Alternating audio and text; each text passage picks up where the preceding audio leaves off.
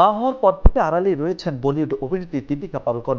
বলা যায় মেয়েকে রেখে ঘরের বাইরে যেন বেরই হন না তিনি।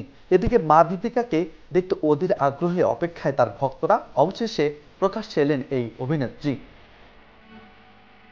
গত 6 ডিসেম্বর 3 মাসের মেয়েকে রেখে বেঙ্গালুরুতে দিলজিৎ দোসাঞ্জের কনসার্টে হাজির হন দীপিকা। নাইট আউট ছিল অভিনেত্রী ও তার গার্ল গ্যাংয়ের। ইতোমধ্যে সেই ভিডিও ভাইরাল নেট দুনিয়ায়। এরপর থেকে আলোচনায় অভিনেত্রী। নেট দুনিয়ায় ছড়িয়ে পড়া ভিডিওতে দেখা যায় মঞ্চে থাকা দিলজিৎ গাইছেন শিয়া হাস হাস, আর তার সঙ্গে নৃত্য করছেন দীপিকা। দিলজিতের অনুষ্ঠানে অভিনেত্রীর উপস্থিতি যেন মুহূর্তেই শ্রোতাদের মধ্যে ঝড় তোলেন। সামাজিক যোগাযোগ মাধ্যমে বিভিন্ন ভিডিওতে কখনো মঞ্চের পিছনে, কখনো আবার শ্রোতাদের মাঝেও নাচতে দেখা গেছে দীপিকাকে। মঞ্চে উঠে দিলজিতের সঙ্গে নাচার পাশাপাশি দিলজিৎকে কন্নড় ভাষাও শেখান অভিনেত্রী। দিলজিতের কনসার্টের ভিন্ন অবতারে ধরা দেন দীপিকা।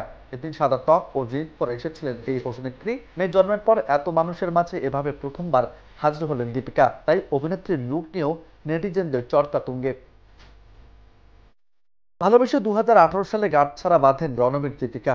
চলতি বছর 8 সেপ্টেম্বর তাদের কোলজুড়ে আসে প্রথম কন্যা সন্তান। মেয়ের নাম রেখেছেন দুয়া পাড়ুকোন সিং। বর্তমানে স্বামী সন্তান নিয়ে বেশ সুখী দিন পার করছেন দীপিকা।